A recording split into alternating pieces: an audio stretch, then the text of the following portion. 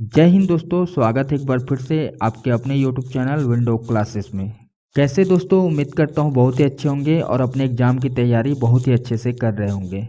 तो चलिए दोस्तों, वीडियो शुरू करते हैं। आज का पहला क्वेश्चन देखिए, रतनपुर का कौन सा एक प्राचीन नाम सही नहीं है। यहाँ पे ध्यान देंगे दोस्तों, सही नहीं है पूछा गया है, ठीक है। बहुत सारे अभ्यर्थी एक्साइटमेंट में गलत आंसर टिक करके आ जाते हैं। इसका मैं आप लोग को एग्जाम्पल भी दिखाऊंगा, ठीक है। तो यहाँ पे ऑप्शन दिए हुए हैं दोस्तों, कौन सा नाम सही नहीं है, जल्दी से अपना आंसर टिक करें। जी दोस्तों, इस क्वेश्चन का राइट आंसर हो जाएगा सी, अम्बापुरी। आपको ध्यान रखना है दोस्तों, रतनपुर को अलग अलग युग में अलग अलग नाम से पुकारा गया है, ठीक है। यहाँ पे जो नाम दिए गए दोस्तों, ये सभी नाम सही हैं, ठीक है। अम्बापुरी गलत है। इनके अलावा और भी नाम हैं जो आपको याद रखना है। पर्टिकुलर एक से उठाकर आपको क्वेश्चन दे दिया जाएगा, ठीक है। इस क्वेश्चन में आप देखेंगे दोस्तों, तो आपको गलत नाम ढूंढना है, ठीक है। इस क्वेश्चन के जस्ट अपोजिट आपको दे देगा, तो उसमें आपको सही नाम ढूंढना रहेगा। तो सभी नाम इम्पॉर्टेंट हैं। कौन कौन सा नाम है दोस्तों? पहले नंबर पे देखिए मानिकपुर, ठीक है, मानिकपुर। सेकंड नंबर पे है दोस्तों हीरापुर, ठीक है। तीसरे नंबर पे क्या है दोस्तों? कुबेरपुर, ठीक है, ये पता होगा आपको। और चौथे नंबर इम्पॉर्टेंट है दोस्तों, यहाँ से क्वेश्चन बनते हैं। चौथे नंबर को आपको याद रखना है, चतुर्युगीपुरी, ठीक है दोस्तों, ये चौथे नंबर का है। तो ये सभी नाम आपको याद रखना है, ठीक है। अब मैं आप लोग को एग्जाम्पल दिखा देता हूँ दोस्तों। यहाँ पे ध्यान दीजिएगा, कल मैंने एक क्वेश्चन को पोल किया था जिसमें आप लोगों ने आंसर दिया है, ठीक है दोस्तों। यहाँ पे ध्यान दीजिएगा, स्थापित नहीं की गई है, ठीक है, नहीं पूछा गया है। और अभी हमने जो क्वेश्चन किए हैं उसमें भी नहीं पूछा गया है। अब इस पोल में देखेंगे दोस्तों, 15 घंटे में 3800 अभ्यर्थियों ने भाग लिए हैं, ठीक है, जिसमें से 72% मुंगेली के साथ गए हैं, ठीक है दोस्तों, और 11% जांजगीर के साथ गए हैं। अगर 3800 का हम 72% निकालेंगे दोस्तों, तो 3800 का 72% 2736 होता है, ठीक है। और अगर 11% निकालेंगे तो 418 होता है। और इस क्वेश्चन का राइट आंसर है दोस्तों डी है, जांजगीर चांपा। इस क्वेश्चन को दोस्तों मैंने वीडियो में डिटेल से कराया है, जिसका लिंक मैंने यहाँ ऊपर में दिया है, ठीक है। जो भी क्वेश्चन यहाँ पे पोल कराता हूँ, उस क्वेश्चन को वीडियो में डिस्कस किया रहता हूँ।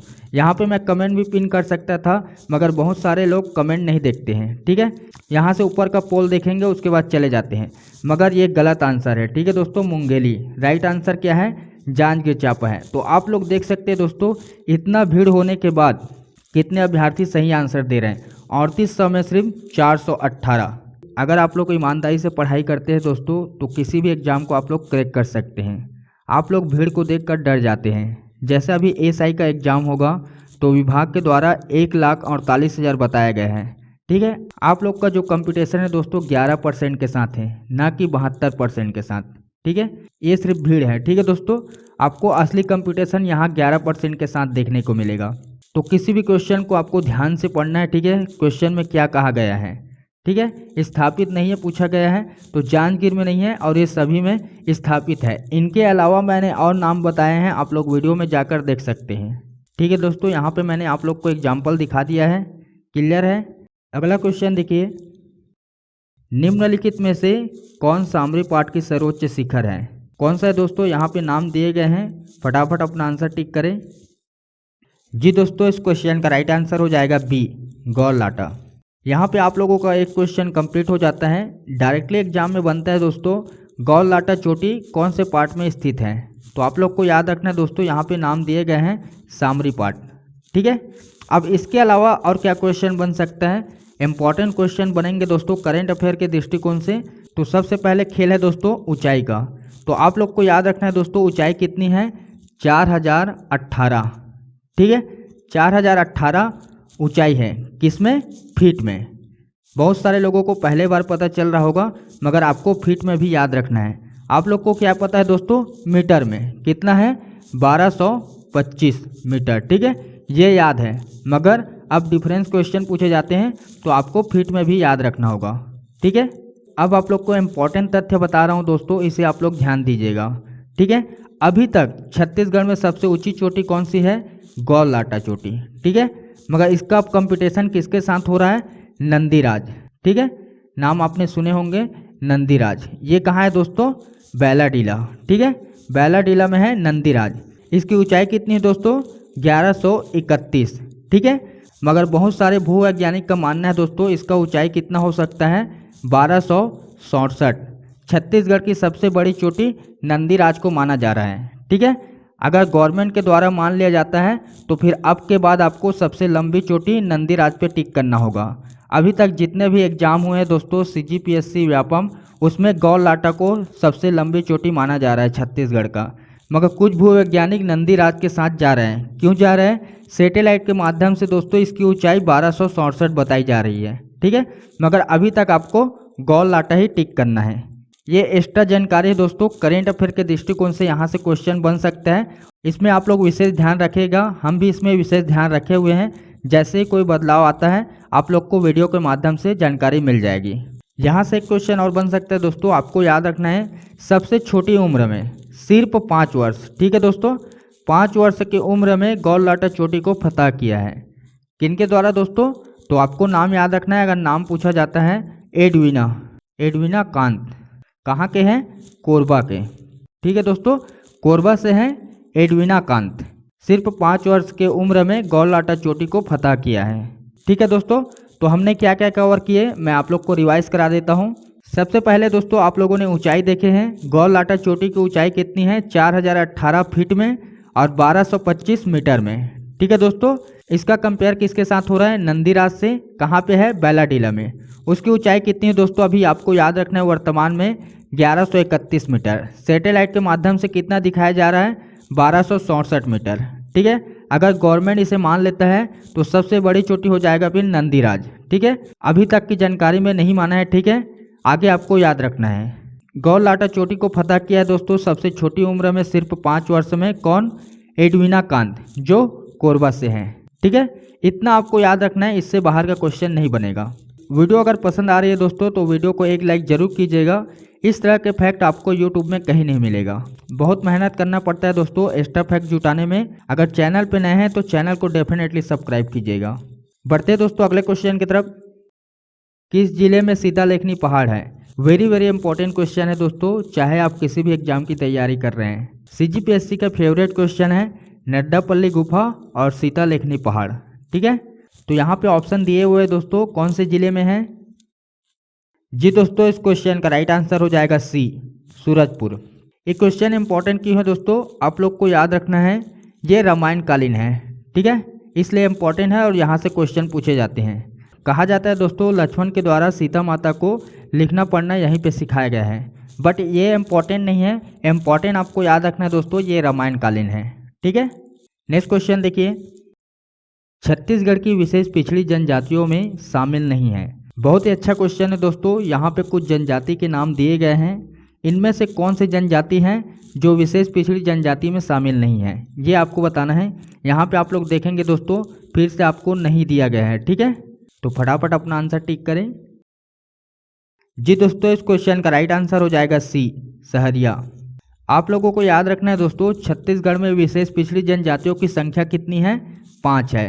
ठीक है दोस्तों, यहाँ पे 3 के नाम आपको पता चल गया, कम्हार, बिरहोर और अबूझ माड़िया। ठीक है दोस्तों, ये नहीं है, 3 आपको पता चल गया। 2 और आपको याद रखना है, कौन कौन सा है? सबसे पहला है दोस्तों आपको याद रखना है बैगा। ठीक है, बैगा जनजाति। सेकंड नंबर पे क्या है दोस्तों? पहाड़ी कोरवा। ठीक है दोस्तों, बैगा जनजाति, पहाड़ी कोरवा, ये 5 हो गए। 5 किसके तरफ से? सेंट्रल के तरफ से, राष्ट्रपति के तरफ से। मगर आपको याद रखना है दोस्तों छत्तीसगढ़ शासन द्वारा 2 और जनजातियों को विशेष पिछड़ी जनजाति के समतुल्य माना गया है। तो टोटल हो जाते हैं दोस्तों 7 जनजाति। 5 जनजाति मैंने बता दिया है, 2 जनजाति कौन सा है एडिशनल? तो आपको याद रखना दोस्तों, पहला है पंडो। ठीक है दोस्तों, दूसरा कौन सा है? भुजिया। ठीक है, ये 2 जनजाति हैं जो छत्तीसगढ़ सरकार की तरफ से, पंडो और भुजिया। केंद्र की तरफ से 5 जनजाति हैं, कम्हार है, बिरहोर है, अबूझ माड़िया है, बैगा है और पहाड़ी कोरवा है। इंपॉर्टेंट क्वेश्चन है दोस्तों, यहाँ से क्वेश्चन पूछे जाते हैं। जनजाति से संबंधित मैंने डेडिकेट वीडियो अपलोड किए हैं, अगर आपने नहीं देखे हैं तो ऊपर आई बटन में लिंक दे दूंगा दोस्तों, यहाँ पे आप लोग जाकर देख सकते हैं। साथ ही साथ मैंने इसका एक ई बुक लॉन्च किया है। ठीक है, 150 प्लस क्वेश्चन के साथ, और सभी क्वेश्चन में ऐसे ही आपको एक्स्ट्रा फैक्ट देखने को मिलेगा। ठीक है, तो आप लोग डाउनलोड कर सकते हैं दोस्तों, नीचे फर्स्ट लिंक दिया गया है, वहाँ से आप जाकर डाउनलोड कर सकते हैं। आपका एक टॉपिक कंप्लीट हो जाएगा दोस्तों सभी एग्जाम के लिए, हमेशा के लिए। ठीक है, नेक्स्ट क्वेश्चन देखिए, मलाज कुंडम जलप्रपात निम्नलिखित नदी से जुड़ा हुआ है। कौन से नदी दोस्तों? ऑप्शन दिए हुए हैं, इनमें से कौन सा ऑप्शन सही हो जाएगा? जी दोस्तों, इस क्वेश्चन का राइट आंसर हो जाएगा डी, दूध नदी। कहाँ पे है अगर आपसे पूछा जाता है दोस्तों तो आपको याद रखना है कांकेर। ठीक है दोस्तों, नेक्स्ट क्वेश्चन देखिए, छत्तीसगढ़ में निर्मित प्रथम झूला पुल लक्ष्मण झूला किस नदी पर बनाया गया है? क्या बात है दोस्तों, यहाँ पे आप लोग देखेंगे प्रथम शब्द दिया गया है। जिस भी क्वेश्चन में प्रथम दिया रहता है क्वेश्चन अपने आप में इंपॉर्टेंट हो जाता है। ठीक है, ऑप्शन दिए हुए हैं, इनमें से कौन सा ऑप्शन के साथ जाएंगे? जी दोस्तों, इस क्वेश्चन का राइट आंसर हो जाएगा बी, खारून। अगर कहाँ पे है पूछा जाता है दोस्तों तो आपको याद रखना है रायपुर। ठीक है दोस्तों, रायपुर में कहाँ पे? महादेव घाट। इंपॉर्टेंट क्वेश्चन बनता है दोस्तों, यहाँ से आपको याद रखना है। ठीक है, महादेव घाट बहुत अच्छी जगह है घूमने के लिए। अगर आप वहाँ पे जाते हैं तो झूला के जस्ट उस पार आपको 1 किलोमीटर तक गार्डन देखने को मिलेगा। ठीक है दोस्तों, अगर इसी क्वेश्चन में दोस्तों प्रथम की जगह दूसरा दे दिया जाएगा तो फिर कौन से नदी और कहाँ पे बना है ये आप लोग को कमेंट करना है। देखते हैं कितने लोग कमेंट करते हैं। अगला क्वेश्चन देखिए, 24 डिग्री 5 उत्तरीय अक्षांश छत्तीसगढ़ की कौन से जिले को स्पर्श करती है? बहुत ही अच्छा क्वेश्चन है दोस्तों भूगोल का। यहाँ पे जिले के नाम दिए गए हैं, जल्दी से अपना आंसर टिक करें। जी दोस्तों, इस क्वेश्चन का राइट आंसर हो जाएगा डी, बलरामपुर। नेक्स्ट क्वेश्चन देखिए, भारत छोड़ो आंदोलन के दौरान इस राज्य के रायपुर स्थित निम्नलिखित में से किस शिक्षण संस्थान के विद्यार्थियों ने सक्रिय भाग लिया? बहुत ही अच्छा क्वेश्चन है दोस्तों। यहाँ पे कॉलेज के नाम दिए गए हैं, कौन सा ऑप्शन के साथ जाएंगे? जी दोस्तों, इस क्वेश्चन का राइट आंसर हो जाएगा D, Chhattisgarh college. Important college है दोस्तों, यहाँ से क्वेश्चन पूछे जाते हैं। मैंने अपना ग्रेजुएशन इसी कॉलेज से किया है। ठीक है, तो अब यहाँ से क्या क्वेश्चन बन सकता है दोस्तों? तो सबसे पहले आपको स्थापना वर्ष पूछा जा सकता है। कितना है दोस्तों? तो आपको याद रखना है 1938। ठीक है, अगर संस्थापक के बारे में पूछा जाता है दोस्तों तो आपको याद रखना है जे योगानंदम। ठीक है दोस्तों, और किनके अथक प्रयास से बने दोस्तों? तो आपको याद रखना है ठाकुर प्यारेलाल। ठीक है, बहुत सारे लोग ठाकुर प्यारेलाल को ही संस्थापक मान लेते हैं, मगर संस्थापक ये है। ठीक है, जे योगानंदम। ठीक है, ठाकुर प्यारेलाल सिंह के प्रयास से बने हैं, इतना आपको याद रखना है। ठीक है, अगला क्वेश्चन देखिए, इस भूमि को सिंचाई की कम आवश्यकता होती है क्योंकि वह पानी बचाती है, वह कौन सी है? कौन सी मिट्टी है दोस्तों? यहाँ पे मिट्टी के नाम दिए गए हैं, जल्दी से अपना आंसर टिक करें। जी दोस्तों, इस क्वेश्चन का राइट आंसर हो जाएगा बी, काली।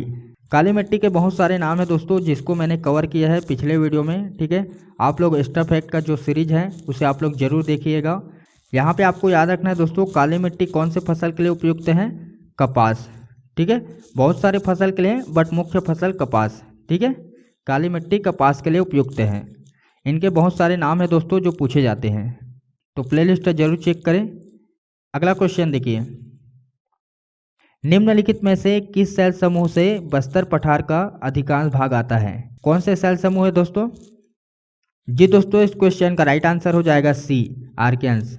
आर्कियंस सेल समूह का है। ठीक है दोस्तों, कितना परसेंट है? 50%। क्लियर है? नेक्स्ट क्वेश्चन देखिए, सल्फी नामक पेय किस जनजाति में अत्यधिक लोकप्रिय है? कौन सी जनजाति है दोस्तों? जी दोस्तों, इस क्वेश्चन का राइट आंसर हो जाएगा बी, माड़िया।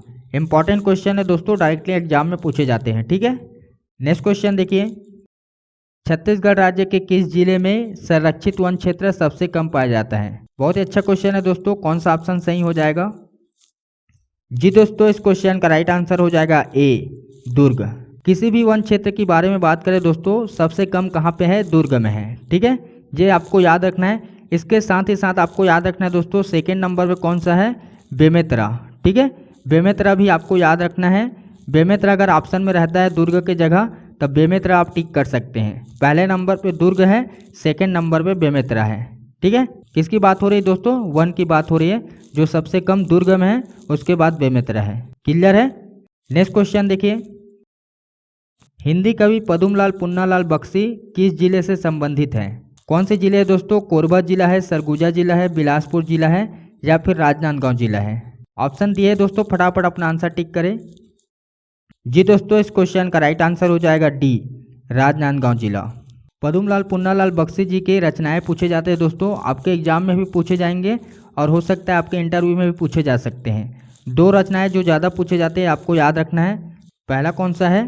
प्रबंध पारिजात। सेकंड नंबर पे दोस्तों झलमला, ठीक है, ये आपने सुने होंगे झलमला।